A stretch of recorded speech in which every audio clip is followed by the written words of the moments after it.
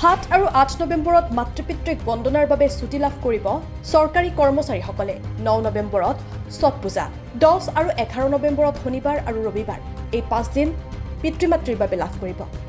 ব্যক্তিগত প্ৰতিষ্ঠানৰ কৰ্মচাৰীক বেতনসহ এনে ছুটি প্ৰদানৰ আহ্বান মুখ্যমন্ত্ৰী ডক্টৰ হিমন্ত বিশ্ব শৰ্মাৰ। চাওঁ আহক কি কৈছে মুখ্যমন্ত্ৰী হিমন্ত বিশ্ব শৰ্মাই। আপোনালোকে ইতিমধ্যে গম পাইছে যে অসম চৰকাৰৰ কৰ্মচাৰীসকলৰ বাবে 7 আৰু 8 তাৰিখে 7 আৰু 8 নৱেম্বৰ তাৰিখে আমি মাতৃ পিতৃ বন্দনাৰ বাবে 2 দিন ছুটি দিছোঁ। 7 আৰু 8 তাৰিখ চৰকাৰে ছুটি দিছে। 9 তাৰিখ ছট পূজা, 10 আৰু 11 তাৰিখ শনিবাৰ আৰু ৰবিবাৰ। এক কথাত ক'বলৈ গ'লে 7 তাৰিখৰ পৰা 11 তাৰিখ 5টা দিন চৰকাৰী কৰ্মচাৰীসকলে বন্ধ পাব।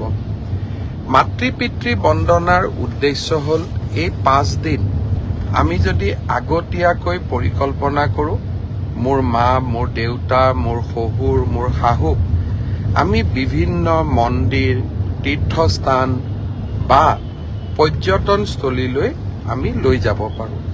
পিতৃ মাতৃয়ে আমাক ডাঙৰ দীঘল কৰে। পিতৃ মাতৃৰ কৃপাতেই আমি জীৱনত সফলতা লাভ কৰোঁ।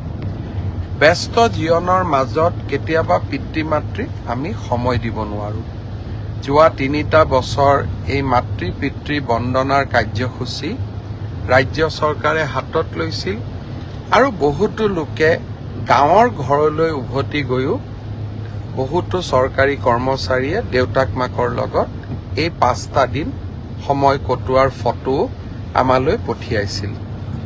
বহুতে মোক প্ৰশ্ন কৰে যে ব্যক্তিগত কোম্পানীত কাম কৰা সকলেই সুবিধা কিয় নাপায়।